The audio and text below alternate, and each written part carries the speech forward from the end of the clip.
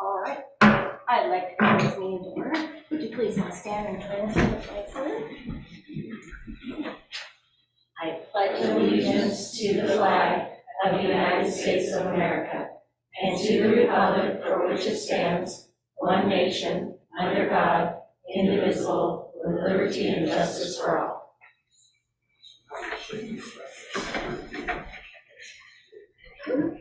All right, so then we'll move on to 2.0, agenda approval. Anybody got any additions or changes or anything? I'll second. It's been moved and seconded to approve the agenda as stated. All those in favor say aye. Aye. Motion carries. All right, so the next one is 3.0, is our Community Impact Award. And on a monthly basis, the board presents awards to students, staff, or members of the public in recognition of outstanding achievement in academics and service to the district and the community. So I have a special award this evening. However, he was not able to attend, and so he has asked that McBride Principal Allison come and accept it for him. And I'm going to come around here, Allison. Where would you like me to stand? Probably You're really good at directing my application. This lady, she wants to take pictures. Okay. All right. So this community, this community award is for Richard Haynes. He's affectionately known as Grandpa Richard by most of the kids. He has been a long-time dedicated volunteer for the St. Helens School District. Grandpa Richard generously offers his time to provide reading and math support, either in small groups or one-on-one sessions, to students throughout the day, every day, purely out of his love and commitment to helping children. He embodies compassion and devotion as he interacts with the kids, demonstrating his sense of responsibility towards their well-being. Frequently, he joins students for lunch in various classrooms and makes it a point to attend their sporting events whenever he's provided with a schedule. He fosters a sense of ownership among students regarding their handwriting by assisting them with spelling tests and rewarding them with candy when they excel, all done independently and with a focus on improvement week after week. Grandpa Richard's flexibility, empathy, and kindness have made him a beloved figure among the students who have looked up to him for many years during his full-time volunteering. Beyond his involvement during the school year, Grandpa Richard even extends his support to the district's summer lunch program at Campbell Park. During countless summers, each every day, I guarantee it. He has been a constant presence, distributes food, helps children with their hygiene routines, engaging in games, and being a nurturing presence for the young ones. We want to express our profound gratitude for Richard's tireless dedication to the St. Helens community and its students. He is an invaluable member of our team, and his unwavering commitment truly makes a difference in the lives of those he touches. Grandpa Richards was, as I said, unable to attend, so he's asked that our McBride Principal Allison Locke to accept the certificate on his behalf. So, Richard, congratulations.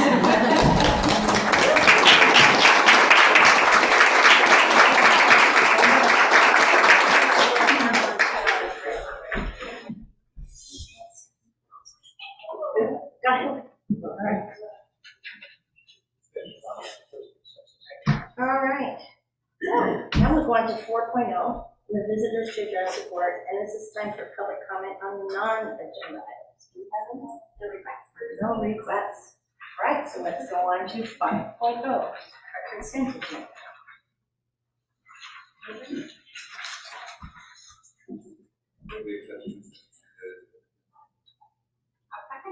Okay, it's been moved and seconded to accept action item 5.0 consent agenda as stated.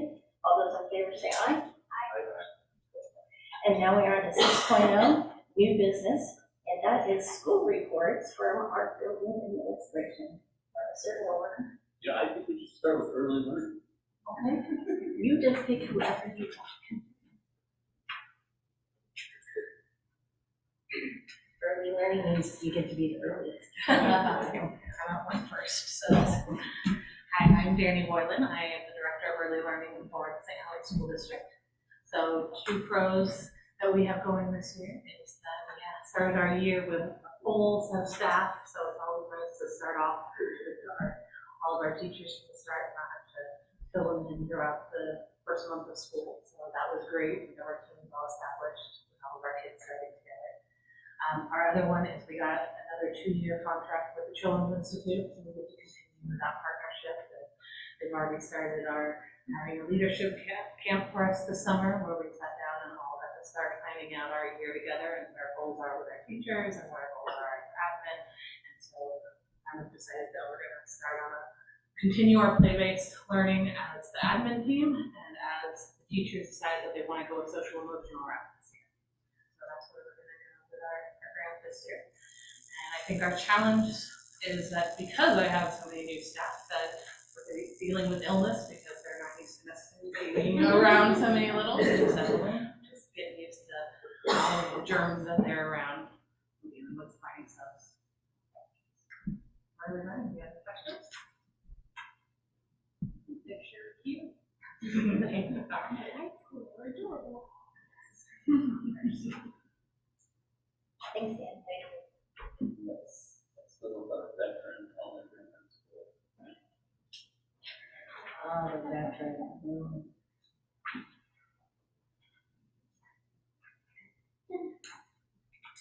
Martine Barnett, principal of Columbia City Elementary, and I'm happy to report I'm settling in nicely at Columbia City. It's a very sweet school, and excited to report that today we started what was formerly known as Crew. We've changed the name to Lodge, and it went very well today. So that's where each adult in the building, Mr. John, our custodian, all of our IAs, and every teacher has a group of students, kindergarten through 5th grade, that they meet with weekly.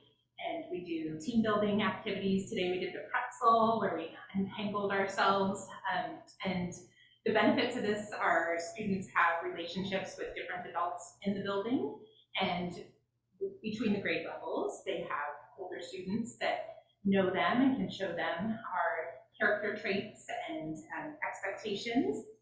And it was a delight today, so I'm really excited to continue that. And every other week we'll have our Grand Lodge, which will be an all-school assembly, where we'll sit in those lodge groups and do school-wide activities.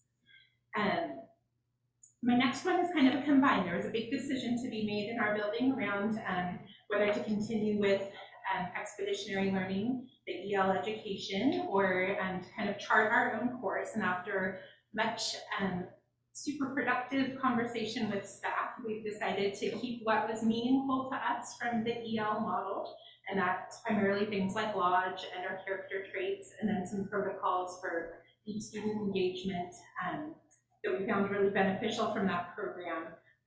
But being able to kind of create our own path forward is going to allow us to align more with the other 2 elementary schools, and also dive deep right now into our 2 new curriculum resources for math and ELA. So it feels like a really positive way forward.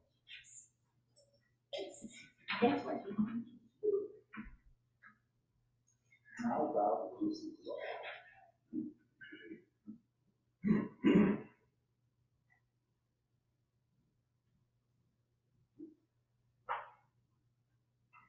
Hello, I'm the new principal at Lewis and Clark Street Martin.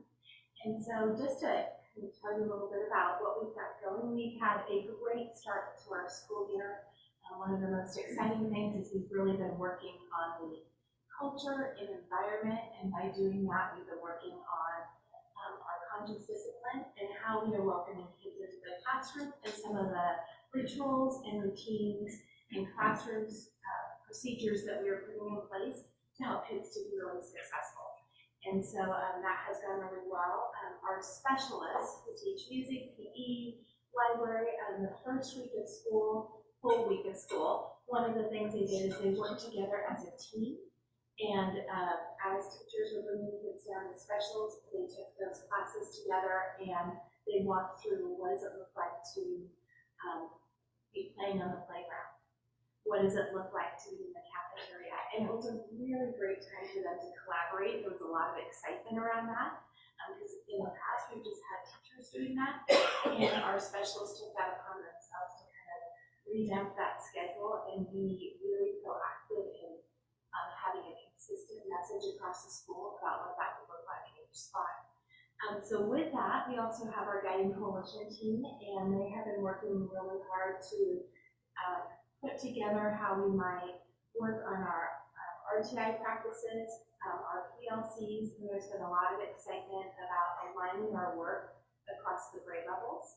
And so that we are working and making sure as we're working through our new adoption of both math and language arts, that we're really looking at the strategies that we're using at each grade level so that we're building and kids are building on those skills from one spot to the next.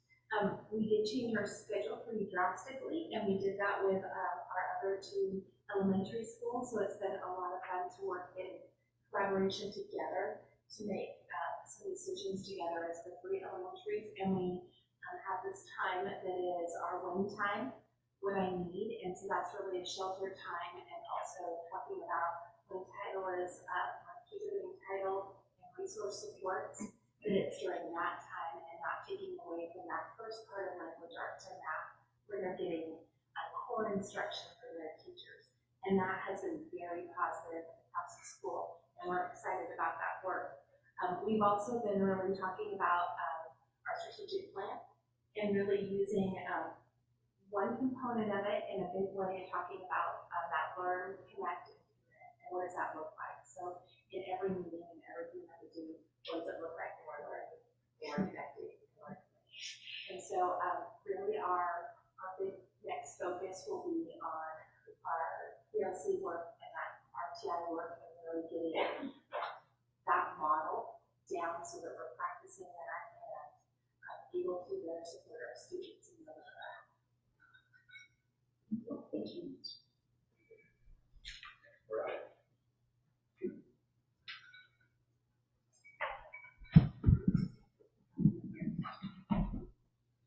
Hi, everybody. Good evening. I'm Allison DeBuke. I'm the new principal at McBride. I think so. Two things that we're working on so far, and one thing that are two things that are going well, and one thing that we're working on. I think let's start with those two great things. We've started the year focusing on belonging, and I think Sheree referenced it. And I think one of the great things about having all three of us being in new places at the same time in terms of elementary clinical shifts is that we're really collaborative, and so a lot of the things that you see reflected at McBride are going to be similar at Lewis and Clark and Columbia City, and I just love that. I think it's been a very welcoming way to start the year. We have, in focusing on belonging, really trying to set up and establish with each teacher this protected half-hour time in the morning, whether we're doing a morning meeting, and really trying to involve different strategies to help include or create inclusivity with students. And so I see you, young person, you're walking in the door, it looks like you're having a great day, and so people are having these conversations with kids right away and getting kind of a sense and a lay of the land immediately in the morning so they can kind of help kids navigate their day and really a soft landing in a wonderful way. In addition to that, I've also really appreciated how this district has, and we do, right? We have set up that scaffolded start at the beginning of the year. I don't know what everyone did say that, but have a few days with just half of our class and then another day with another half of our class. I think that was also a really intentional and great way to build trust in our community with our new students that are maybe feeling a little anxiety or anxiousness about coming to school. So I wanted to thank you for that. The second piece that's been going really well, we're also focusing on organization and setting up systems in our classrooms. I'm a very systems-minded person, and so thinking about what those systems for organization look like for each student. So our students in 5th and 4th grade and 3rd grade are using binders and they have planners, and so that they're able to organize their materials and all of the things that are coming at them during the day in case they have homework they have to take home. They're writing things down so they can be accountable for that. And then I think what I'm hopeful, this kind of leads me into the thing I want to be working on between now and the end of the year, is that having that strong belonging and that strong sense of organization is going to really help us push the pedal and the gas pedal forward on thinking about academics and learning and getting kids really accelerated through those things. And so that's something that I'm always thinking about and looking forward to our future in the next 3 months or so. I'm really digging deep into some content and learning for all of our students. I also am tinkering a lot, and Melody knows this, on our parking lot flow. And so that we've had a lot of conversation at McBride about the opportunities there, maybe even some of the limitations of what we've got. But it's been a really, I've learned a lot, and I think we're getting to a much better place, and we have a lot of happy parents when they're dropping off students in the morning and picking them up because they know what to do. So, but we'll continue to layer that communication to the community. So, just thank you, and Old school.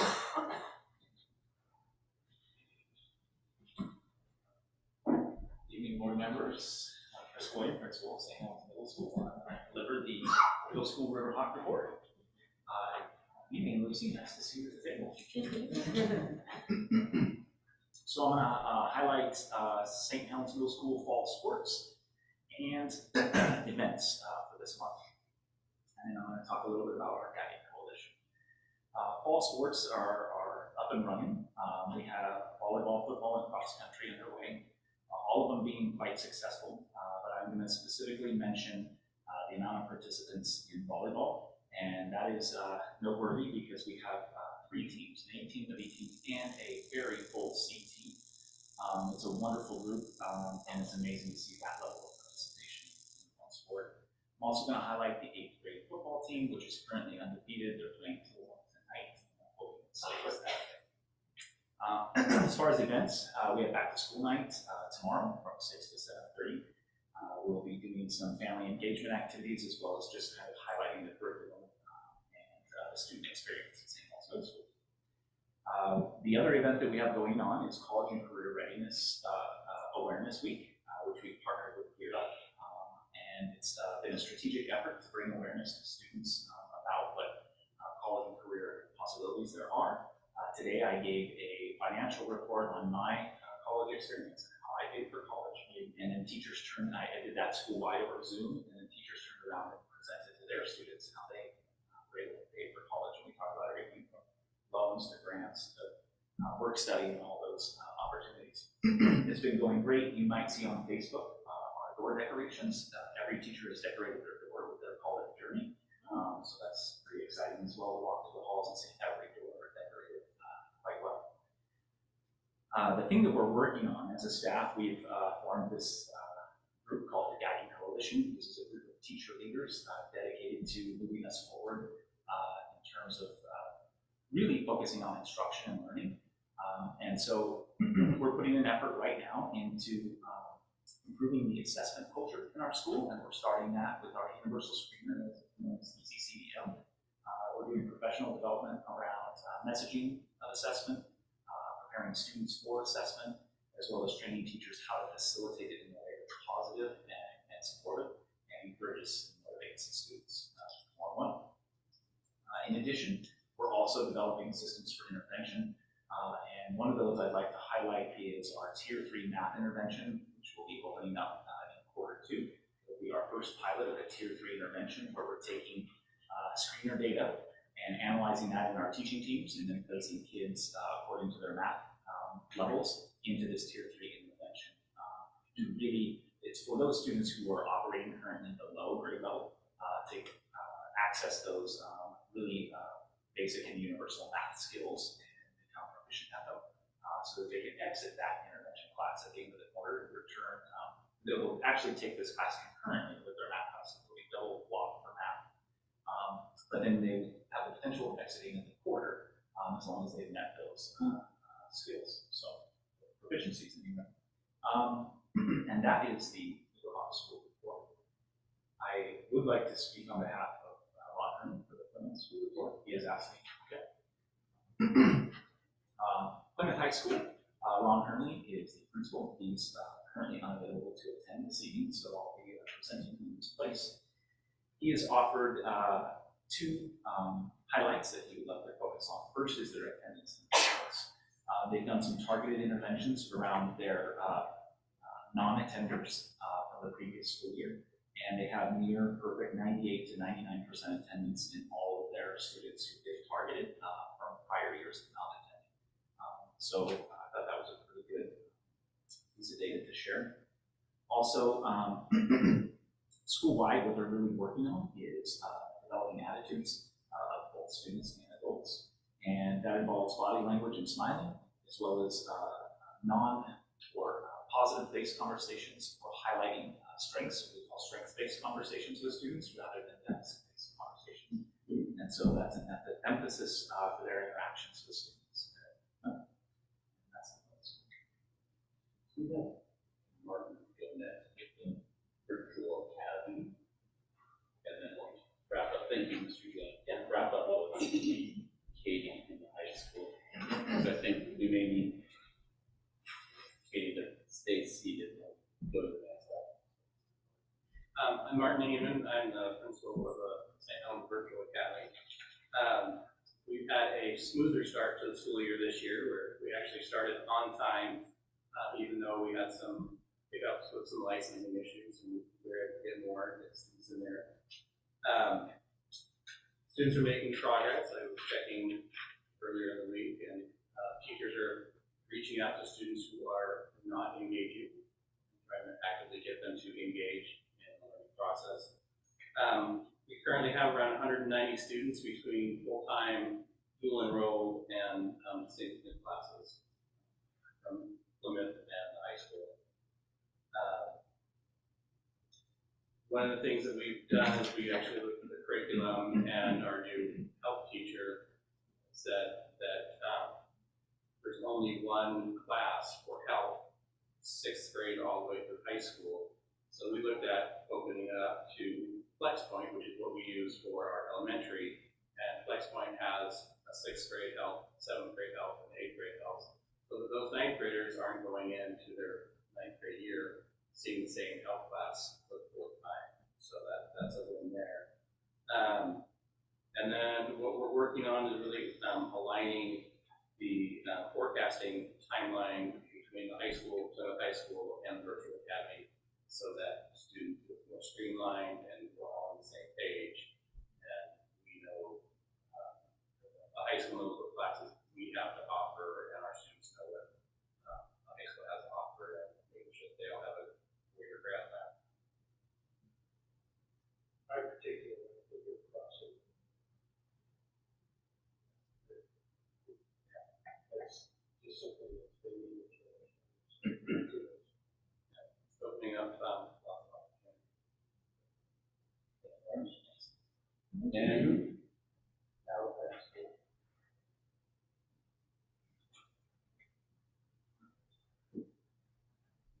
Good evening, I'm Katie Becker, principal at St. Helens High School.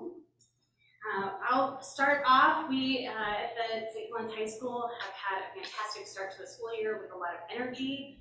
We opened up with a field day on a Saturday instead of doing a welcome back dance, and we had over a quarter of our students attend, which was really exciting to have a wide array of students all coming together to play some kickball games, to play cornhole, to battle each other in blow-up balloons, to make friendship bracelets, to have snow cones. So there was something for everyone there, and it was great to see everyone coming back with a lot of enthusiasm about being back at school. This week is homecoming week, so if you haven't paid attention, our football team is 3-1 right now. We've got our football game, homecoming football game, Friday. So please come out and see us battle Astoria. So we also have our student enrollment increase this year. So we are sitting at about 100 students more than we did at the end of last year. So we currently have 840 students enrolled at the high school. Last week, we also hosted a college credit night where we invited a representative from the Oregon College Savings Plan to come and give a presentation to students and parents, 9th through 12th grade, around 529 options and how they can make pre-tax or post-tax donations to those programs and save for college and what options they may have. We also had Michael Crandall from the Early College High School come out and give a presentation about the process for enrolling in the program, where students are able to receive PCC credits at PCC, their 11th and 12th grade year, while still enrolled at St. Helens High School, working towards graduation. We also had Neil Ford talk a little bit about Willamette Promise and our AP program, so other options for students to earn college credits while still enrolled at St. Helens High School. So we had a really good turnout. We hope to make this an annual event and encourage more family and students to come because it's a lot of really good information that our community needs, and we want to make sure we're educating our students and our families in post-secondary options. So at the high school, we started the year really digging into our Lion Code, which our staff pulled together. What do we want our Tier 1 behavior expectations to be school-wide? One of those policies in the Lion Code is a no cell phone policy in class time. It has so far been pretty successful. Walking into classrooms, I've seen a lot more student engagement. The students they're expected to keep their phones in their backpack or in a secure location in the classroom. And keeping that distraction away has made a huge difference. So we're excited to see that increased engagement. And that's that Tier 1 expectation. So we're continuing to build out our Tier 2 interventions for those students who may be struggling with some of the Tier 1 behavior interventions and they need some targeted intervention. So one of those includes students who may be struggling with substance abuse or vaping. Obviously, those violate our school policies, but we want to keep them in school. So an alternative to suspension, we initiated a program called My Healthy Futures. So if a student is found in violation, then they will actually be meeting with our restorative practices coordinator, and they go through roughly a 1-hour curriculum with our coordinator that is sponsored by Stanford University School of Medicine, where they go through the dangers of vaping, what potential outcomes could be, why it can impact your education. And so they go through a completed program. So far, we have a 0% recidivism rate for students that have gone through that program. We have not had very many, thank goodness, but we're really excited to be able to offer that Tier 2 intervention that is immediate so that we can intervene appropriately and make sure that students and families are getting that information and education. So we are still working on building those Tier 2 interventions out. Our professional learning teams at the high school, our teacher teams are working on those skill interventions, so specific to those essential standards that they're teaching in a classroom. Whereas our counselors, restorative practice coordinator, student support specialists, administrators are working on the will interventions. So if a student is dealing with social issues or behavioral issues, family issues that are going on, anger management, apathy, lack of motivation, those are the types of interventions that that team is developing. So we provide supports for all students at those levels. So that is something we're continuing to build out. Go ahead and stay on Sure. that. So your college career readiness is nice. I saw some of the stuff going on. Really love it. And is that something that we can start to push to want to talk about 529 and some of those other things that not just the high school level, especially by the time you're in high school, 529 is not but if we start bringing that to the middle school or to the elementary schools, and it's introducing the idea, some people don't understand how those systems work, how they build, why they're important. So I love it that we're doing it there, and we can get those same folks into some of those conversations in the lower grades. I think it'll be really, really helpful, especially when we talk about CTE and not just college, but how those things can also fund other alternative options for you. I think that's a great idea. I also know that at least in the Oregon 529 plan, there are incentives if you open an account at birth or when they enter kindergarten. So those could be times when we're reaching out to our community and providing that additional learning. Not too late for this year, I'm there. And Katie mentioned that, and I wrote down, when you're talking about the 529, I wrote down Family Resource Center, K through 3. Pre-K through 3. No, I'm listening, that'd be good. So one more thing to add to the high school piece, that walked through yesterday, through the high school, looking at what's gonna be done, what hasn't been done, what's planned to be done. Very excited that things are going where they want them to go. And most importantly, in the now, is that Hoffman is finished up with the gym, they're putting the final touches. So we'll have access to the gyms starting Monday, barring Hoffman's always, don't tell me it should, tell me it will. And if it should, then you tell me what you need to do to make it a will. But this last one, when I gave him that speech, the well, if there's an earthquake or fire or meteor, then, so barring any meteors, the gyms will be open. If there's a full moon on Friday. So, But this might mean there's no lightning and thunder on graduation night if we actually have the gym open. maybe. That would be beautiful outside. Yeah, it could. So that wraps up our school reports. Okay. And now we will go to 6.2, our superintendent. Yeah, and so I've got two items, really one main, and that's why I asked Katie to go ahead and stay in the hot seat there. The high school is requesting for an adjustment to the schedule, so that's why we want to make sure it was on the agenda here. What they're asking for, just from my experience, isn't out of the norm for many high schools in particular. One thing that we might want to consider in the future is many high schools have shifted away from conferences, and instead of conferences, they use that time for this type of testing. So they still shorten their days, but instead of shortening their days for a conference, it's for testing. So that might be something that we might want to consider, or we may decide that now we really like our conferences.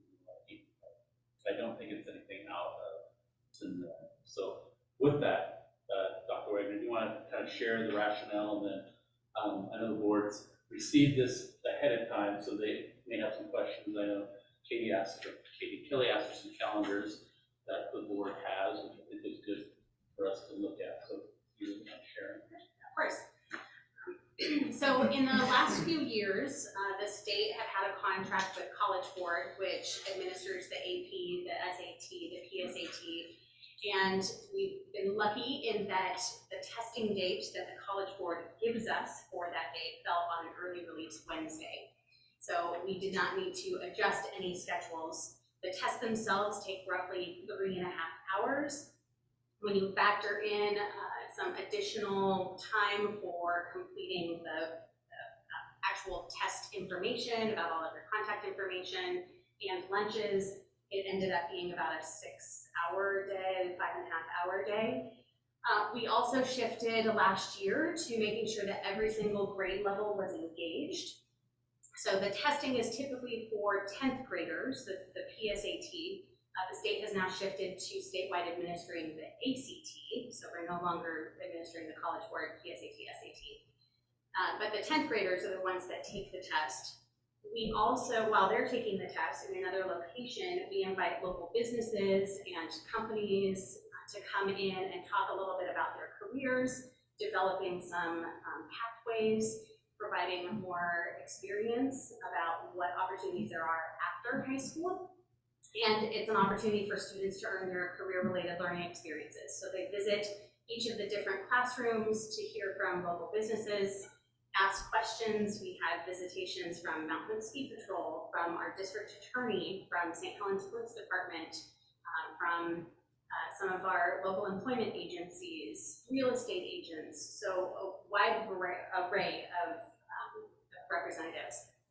And then students would fill out a reflection around what information they learned, how that can apply to their post-secondary options. Our seniors also take the ASVAB, so that gives us additional information about what they may be interested in post-secondary so that we can target what kind of curriculum we're providing or who we invite to come into our school and get some really good information.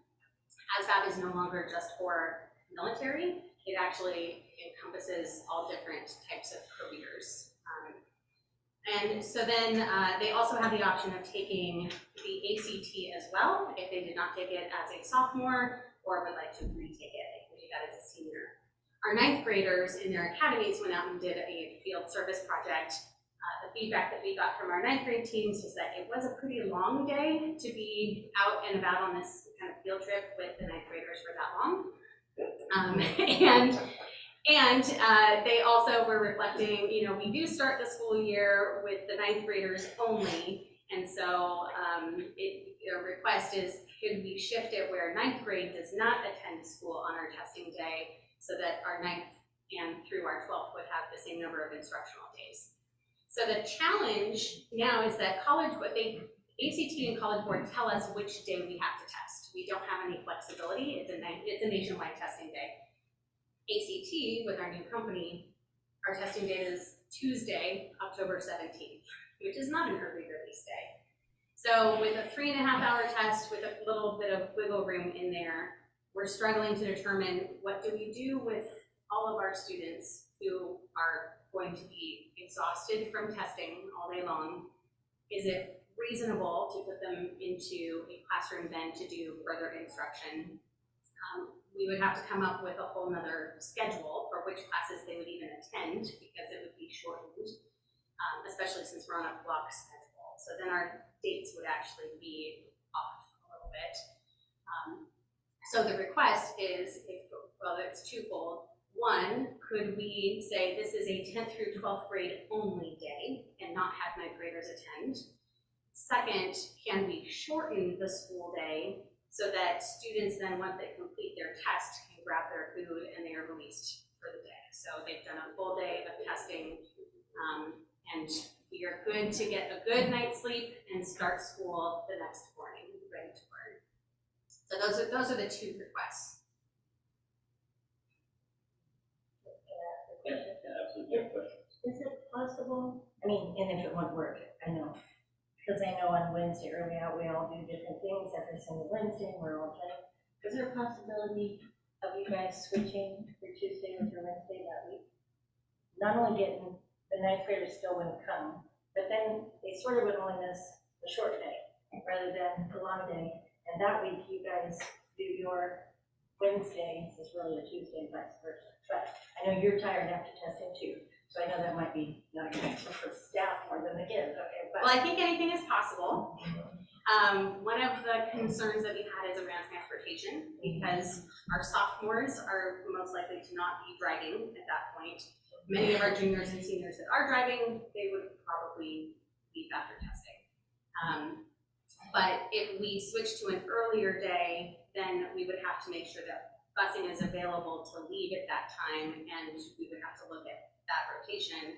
If we swapped them and we left early, but then we stayed late on an early release day, we would have to look at transportation for that day as well. I think that second scenario would be harder, speaking for Durham. I mean, not wanting to speak for Durham, I think swapping the days would actually run into more conflict. Would there be any advantage to maybe having the kids start later than at 7:45 so they have good night's sleep before they take these tests? And then they get out in the day like they normally would. That would be your afternoon bus schedule the same. A change in bus schedule would be morning you pick them up right after you drop off at middle school and then have their food so that the rest of the week. So I don't know, I'm just asking. Is it better to start later so that they actually got breakfast and got to school and in better shape? I don't know what the impact would that be. That would be on the morning bus route, since the middle school does start about an hour late, an hour and 15 later than we do. So I'm not sure what that rotation would look like. Generally have fewer bus riders in the afternoon than you do in the morning for us.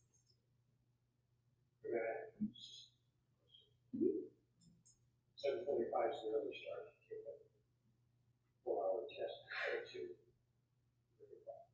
Yes. I feel like I did a clock on my eye. What you talking about? he doesn't get up. Noon is a pretty good time to get up. I always have concerns when we're cutting time off, or I know we have our ninth graders start the day, like they just show up, that's not, in my opinion, a true instructional day, they're acclimating, they're getting used to things. The next day is truly the first instructional day, and we do that so that they have an opportunity to stress. So having a day of instruction for them in that space does little. I like how we do it with them coming on board, but I also don't necessarily do it as a true instructional day in self-support.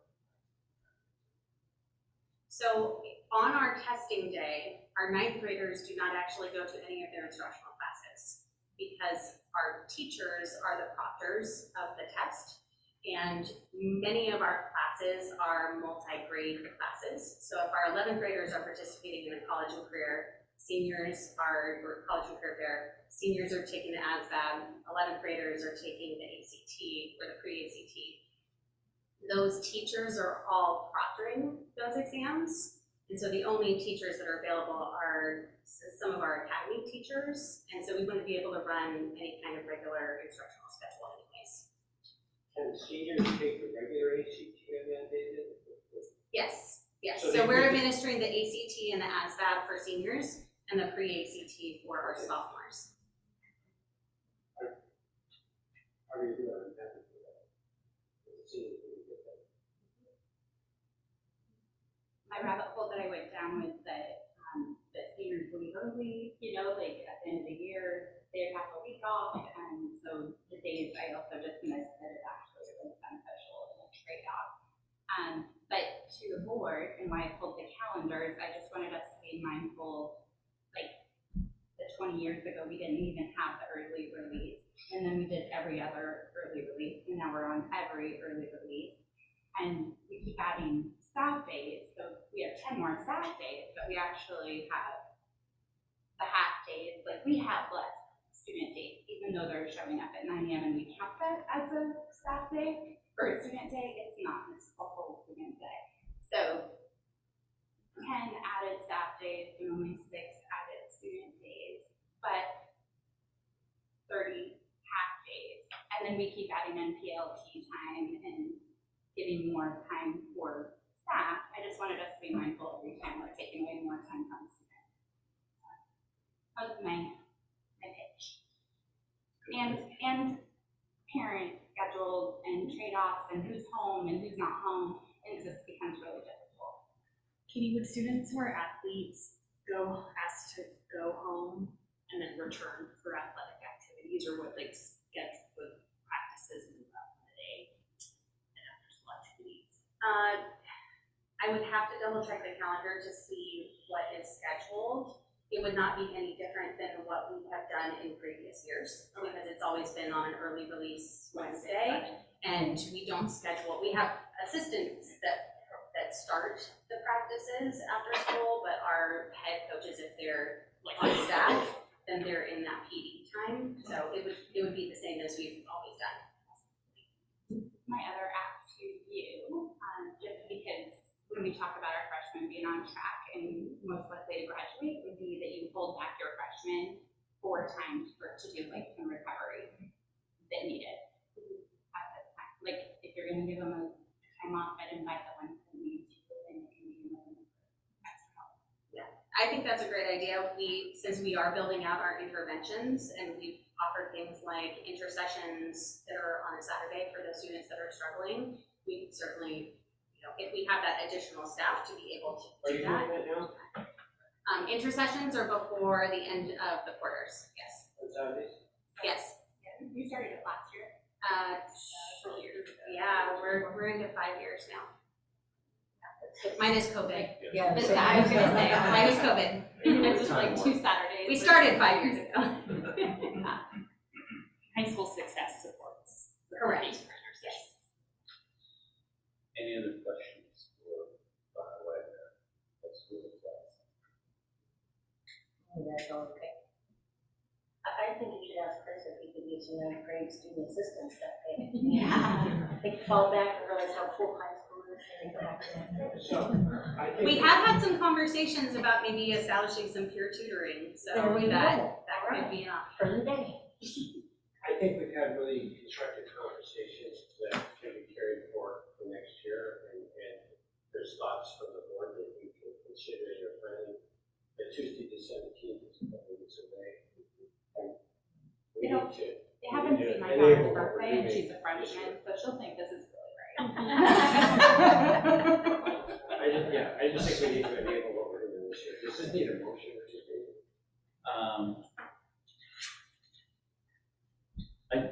Not necessarily, but it might be nice to put on there, so it's voted, so our community knows the board said yea or nay, rather than just go. Well, I just move that we actually accept the adjustments as stated.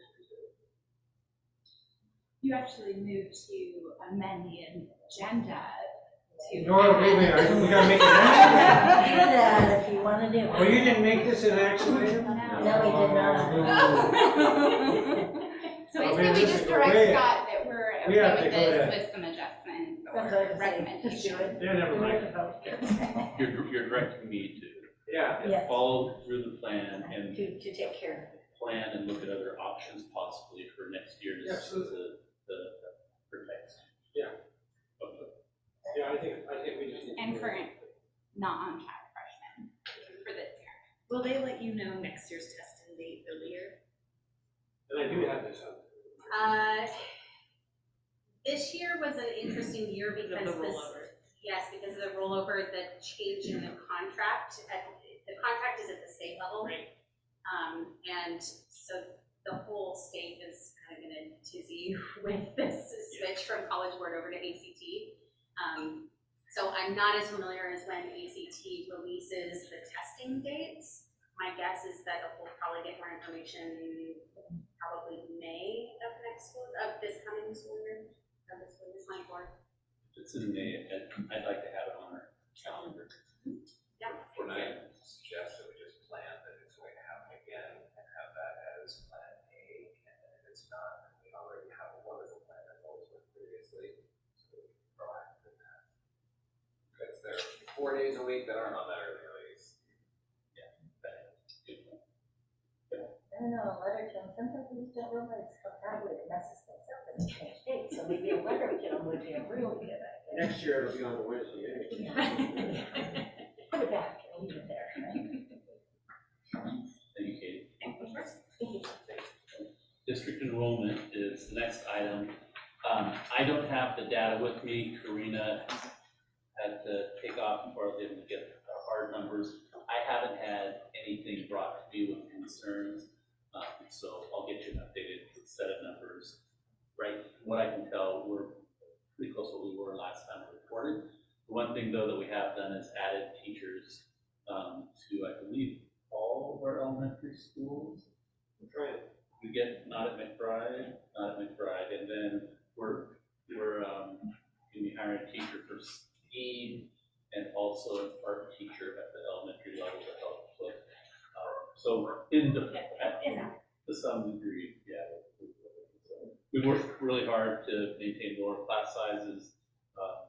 Monitoring is more difficult at the secondary level because you have your schedule already set, and to push additional bodies into a schedule that's already built, it really doesn't work very well. So we tried to do that earlier in the summer as well. That's really all I have for our. Is the 100 more students basically some coming from virtual to regular high school stuff? It's a mix of transitioning back. We have a lot of co-enrolled, we really do. And we have, move in and kids who kind of dropped away during Glad to COVID. count most schools. Yeah. Okay. Do you know our overall student count though? We're still down. Just a few students, but I'll have to check that. I could have been possible. But they're re-enrolling for the times on that. I wouldn't say a lot, but yeah. That's everything I have. Okay, well then we move on to 7.0, which is visitors to address the board. This is a time for public comment on agenda. Do we have any?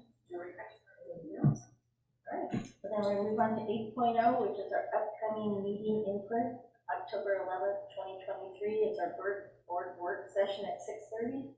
And I'm trying to decide what that's listed in the meeting, but it's not like a meeting, it's not just No, that's, to break, to add it on, right? yeah, we're gonna talk about, we're gonna review the board operating agreements.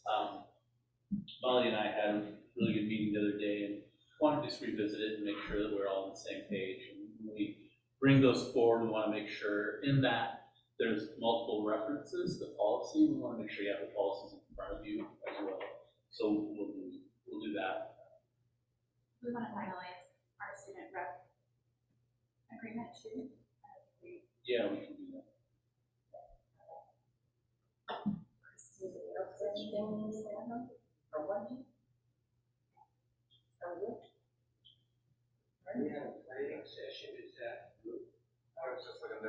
3 dates in October that we're planning to meet. Are we still all 3? Well, the 8th, Melanie and I Yes, yes, spoke about the 18th. We don't have anything on the horizon we felt was essential, so our thinking was to pass on a planning session unless somebody has item. It's generally just a place that we put on their quarterly, yeah. I would like to suggest, next Tuesday, we have our some cell training, Center for Educational Leadership, 3 dimensions, which is our instructional framework. We'll do some walkthroughs at one of our schools in the morning, and then analyze and do the training on how we work and talk with staff to coach them. I invite you to come probably in the afternoon. It would be a better time for you to learn how we work and support teachers. So if you have some time to drop in. That would be here then? That'll be here.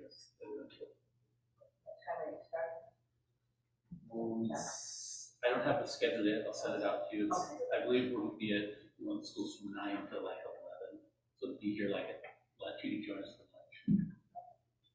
I'll push it out. Okay, we have our board conference in Portland, we get to work on the holiday. Yeah, but you get double time. Oh yeah, triple time actually. Double time. That's nice. That means we walk faster. Yeah, that's one on the left, yeah. 10th and 11th.